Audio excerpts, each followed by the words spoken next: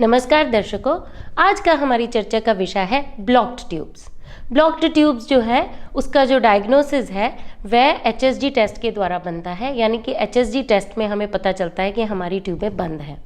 जो ट्यूबें हैं वह दो जगह बंद हो सकती हैं, कॉर्नुअल ब्लॉक और डिस्टल ब्लॉक।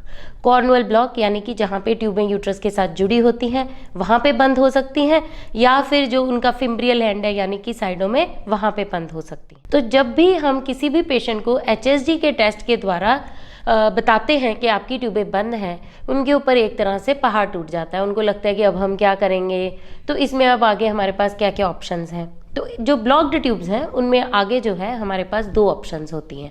पहला होता है कि हमें लेप्रोस्कोपी करा के हम उसको खुलवा सकते हैं, या फिर हम आईवीएफ कर सकते हैं।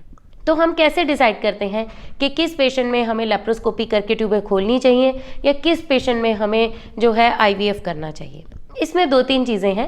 एक तो जो कॉर्नुअल ब्लॉक है वह कई बारी उन पेशेंट्स में भी आ जाता है जिनको बिना बेहोश किए ट्यूबें चेक की जाती हैं, वह ये फॉल्स पॉजिटिव आ जाता है। कई बारी फॉल्स रिजल्ट आ जाता है कि ट्यूबें बताई जाती हैं एचएसजी टेस्ट में कि बंद हैं, मगर वो एक्चुअली बंद नहीं होती।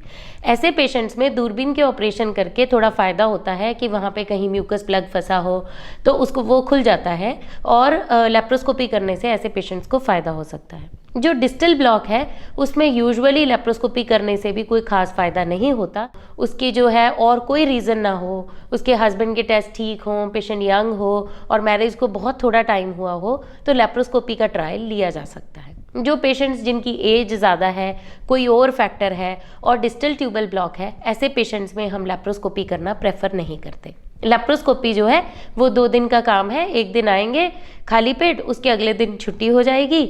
और जो आईवीएफ है वह एक लंबा चौड़ा काम है, उसमें खर्चा भी ज़्यादा होता है, मगर हम इसके बेसिस पे डिसाइड नहीं करते कि हमें क्या करना है। कॉस्ट के ऊपर या कन्वीनियंस के ऊपर हम डिसाइड नहीं करते कि पेशेंट को लेप्रोस्कोपी करानी है या आईवीएफ। जो भी फर्टिलिटी कंसल्टेंट डॉक्टर जो पेशेंट को मिलते हैं तो बैठकर सलाह मशवरा करके ये डिसाइड कर दिया जाता है कि लेप्रोस्कोपी करने में ज़्यादा फ़ायदा होगा या फिर आईवीएफ करने में ज़्यादा फ़ायदा होगा।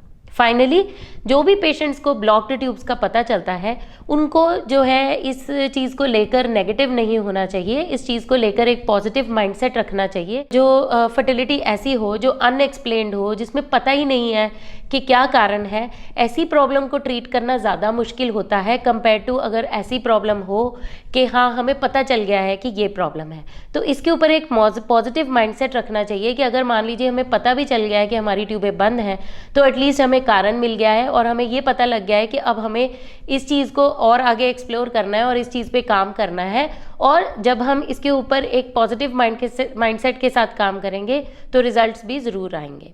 और आईवीएफ एक ऐसी आधुनिक टेक्निक है, बॉडी में कोई भी ऑर्गन हो उसका काम बाहर कर सकती है। जैसे कि ट्यूबों का काम बाहर कर सकती है, जैसे किडनी का काम बाहर हो सकता है डायलिसिस से, ऐसे ही ट्यूबों का काम जो है वो बाहर हो सकता है आईवीएफ के द्वारा। अगर ये प्रॉब्लम आ भी गई है तो इस चीज़ का आगे कोई सोल्यूशन है और आईवीएफ के द्वारा जो है हमारे बच्चा हो सकता है। तो इस चीज़ को लेकर अपना माइंडसेट पॉजिटिव रखना चाहिए। फिर भी अगर आपकी ट्यूबें बंद हैं या आपको बताया गया है कि आपकी ट्यूबें बंद हैं, तो आपको अपने नज़दीकी फर्टिलिटी कंसल्टेंट को मिलना चाहिए, उनसे सलाह मशवरा करना चाहिए कि हमें डॉक्टर किस चीज़ में फ़ायदा होगा, ट्यूबें खुलवा ली जाए या फिर आईवीएफ करा लिया जाए।